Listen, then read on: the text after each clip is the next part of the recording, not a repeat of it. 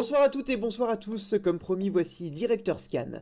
Director's Scan, c'est David de Director's Cut en envoyé spécial à Cannes pour couvrir le festival et vous proposer au quotidien les critiques des films de la sélection officielle et des sections parallèles dès le lendemain de leur projection. Vous m'écoutez sur Everyone 95.4, en podcast sur digipod.fr/directorscut, en live tweet toute la journée sur @cut_directors et en version vidéo sur le compte YouTube Director's Cut. C'est bien simple, je suis à Cannes, merci d'y être avec moi. Et voilà, mon grand dépucelage cannois a eu lieu aujourd'hui.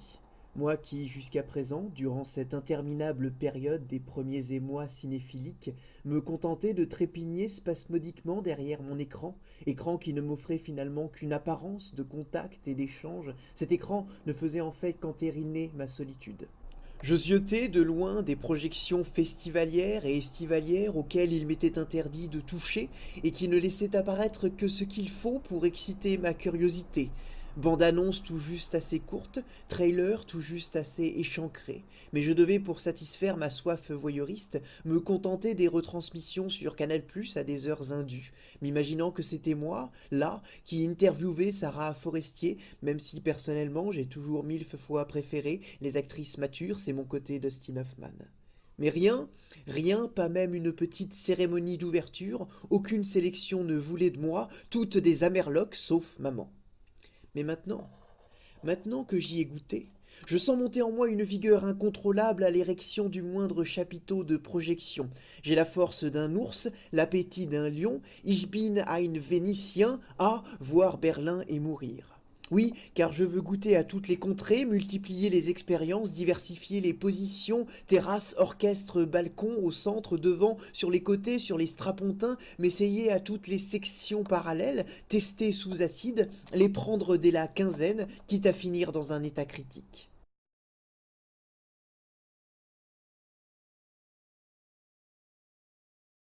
Eh oui, je vais faire un petit tour au cinéma. Tu me parles le cœur. T'as de beaux yeux, tu sais. Alors ça, c'est très tordu, mais bougrement intelligent. C'est fin, c'est très fin, ça se mange sans fin.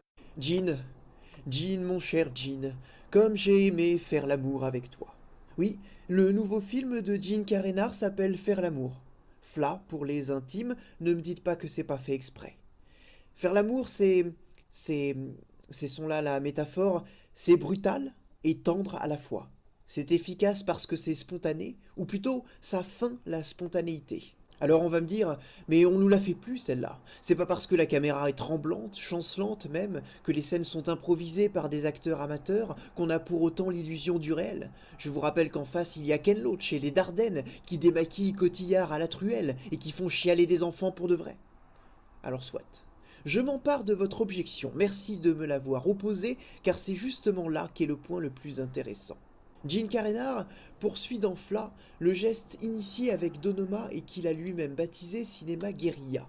Qu'importe le nom, il s'inscrit dans une démarche qui est celle du néo-réalisme italien des années 50, de la nouvelle vague des années 60, de Nick Cassavetes, du Martin Scorsese de Mean Street, du Piala des années 80, du dogme des années 90 et enfin de la génération des grands cinéastes francophones des années 2000, Abdelatif Kechiche, Bruno Dumont et les frères Dardenne, tout ça. Ils sont un groupe de jeunes cinéastes français à se présenter comme les héritiers de cette mouvance.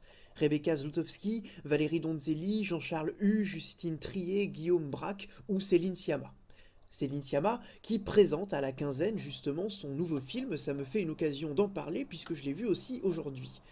Ce dont ils héritent, c'est une esthétique de la pauvreté qui enjoint à un naturalisme à la fois brutal et chaleureux. Le cinéma de Céline Sciamma, par excellence, part de ce point de départ, mais lui accole des références hollywoodiennes, des emprunts au genre très bien dosés, des musiques extra-diégétiques générant des séquences clipesques. Chez Xavier Dolan, ça marche d'enfer. Dans Tomboy, ça fonctionne à la merveille. Dans Bande de filles, elle pousse un peu trop loin le procédé selon moi. Chaque séquence se clôt par un moment musical très appuyé qui parasite le récit et encombre même l'émotion. Alors attention, Bande de filles est une belle réussite dans son genre. On comprend que la presse étrangère soit à ce point séduite. Jamais, si ce n'est peut-être avec Hors les murs, ce qui lui avait d'ailleurs valu la Palme d'Or. On avait été à ce point en immersion dans la banlieue parisienne contemporaine. Pas celle de la haine, mais celle qui se dessine ces temps-ci, avec ses familles prises en otage par le grand frère du quartier, l'errance, la béance culturelle, et surtout, et c'est là sans doute ce que Céline Sciamma filme le mieux, les codes sociaux spécifiques à cet univers. D'autant qu'elle prend ici le point de vue des adolescentes et n'en sort jamais. Ces filles qui doivent apprendre la domination, devenir des bonhommes pour exister dans leur quartier, dans leur famille et dans leur bande. Un peu comme le versant glauque de la petite fille qui voulait se faire passer pour un petit garçon dans Tomboy. On se souvient de la violence de la séquence finale, où la mère allait jusqu'à, sans s'en apercevoir, humilier sa petite fille pour avoir eu l'audace de ne pas répondre au code de son sexe. C'est cette violence que relance et que retravaille Sciamma dans son nouveau film. Seulement voilà, projeté le même jour que Fla, Bande de filles dévoile par superposition la grossièreté de son message social et de son fond trop explicite, trop théorique. Comme Donoma, Fla part d'une histoire d'amour au principe fou. Un jeune rappeur parvient à convaincre son coup d'un soir de garder le fœtus qu'elle porte de lui en écrivant un rap en son hommage, alors qu'ils se connaissent depuis à peine 24 heures. Le diapason est donné. L'art peut l'impossible, l'art peut l'absurde, l'art sauve des vies. Fla se sert de l'indigence de ses conditions de tournage pour installer une esthétique singulière, générer un univers unique en son genre. Focus, contre-jour, montage façon YouTube, faux raccords, tous ces éléments de maladresse participent de l'ambiance, de la poésie du film. En fait, Gene Karanar réussit le tour de force de pousser assez loin les principes du naturalisme de l'image de manière à en faire des éléments d'irréalité. Alors que Céline Sciamma importe des éléments de l'extérieur, des références à Hitchcock, un travail des lumières hollywoodiens, Gene Karanar, lui, trouve l'épique, le fantastique, le tragique, le genre, a même son propre système. Plus que cela, a même l'héritage de Desplechin ou de Bruno Dumont. L'ampleur que prend Fla, et qui surpasse celle de Donoma, vient de ce que nous ne suivons rien d'autre que le destin de ce couple, quand Donoma pouvait prendre des allures de film à sketch. Gene Karanar, c'est sa grande force, fait durer les scènes. Il n'y a pas de plus grande preuve de courage pour un cinéaste que d'étendre une situation jusqu'à son point de rupture plutôt que de choisir l'ellipse ou la parole rapportée. Il y a dans Fla un génie de la justesse des dialogues, de la réalité des comportements humains. Il existe une mouvance récente de séries comiques qui recyclent chacun un principe d'écriture de dialogue. Dans Kaamelott, c'est le comment expliquer des choses fines et sensibles à des idiots. Dans Curb Your Enthusiasm, Larry et son nombril en français, c'est le comment réagir aux convenances sociales quand elles nous incommodent. Fla installe une lutte constante du franc-parler et de la mauvaise foi. Comment faire face à une assistante sociale qui ne comprend pas que pouvoir revoir son fils est plus important que de remplir des papiers? Comment faire comprendre au mec avec qui on a couché qu'il ne peut pas faire comme si de rien n'était? Il en ressort des scènes déchirantes, une énergie de tous les instants et cette impression d'avoir accompli toute une vie le temps d'un film.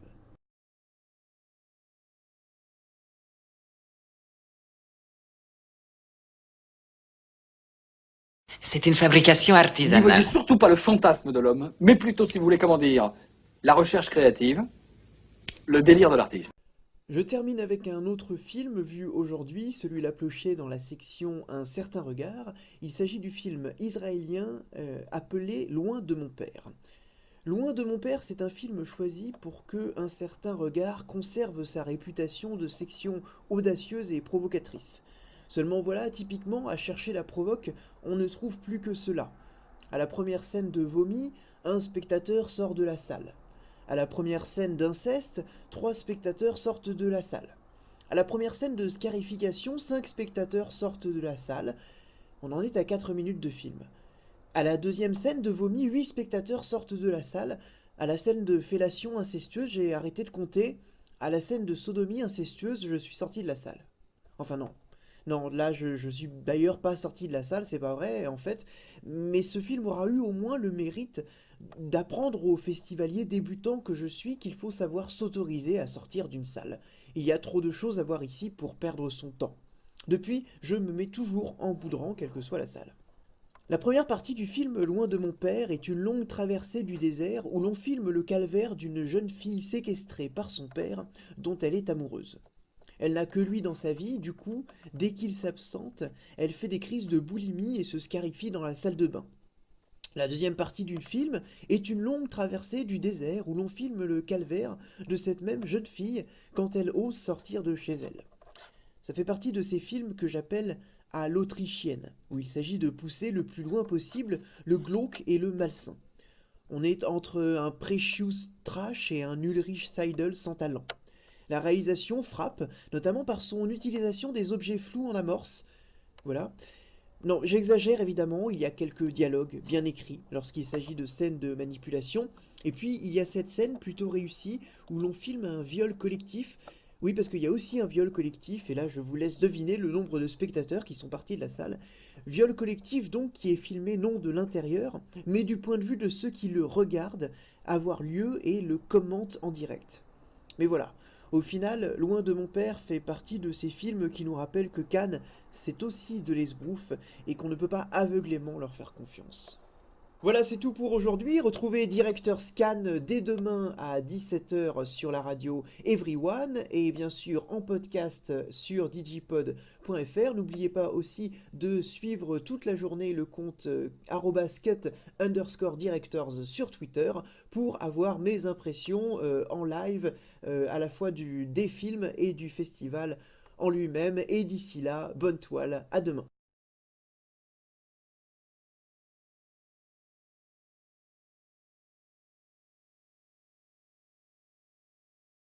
Où partez? Où vais-je aller? Que vais-je Vous allez devenir? pas partir comme ça. Ah bah non, ouais, c'est un petit buffet quand même.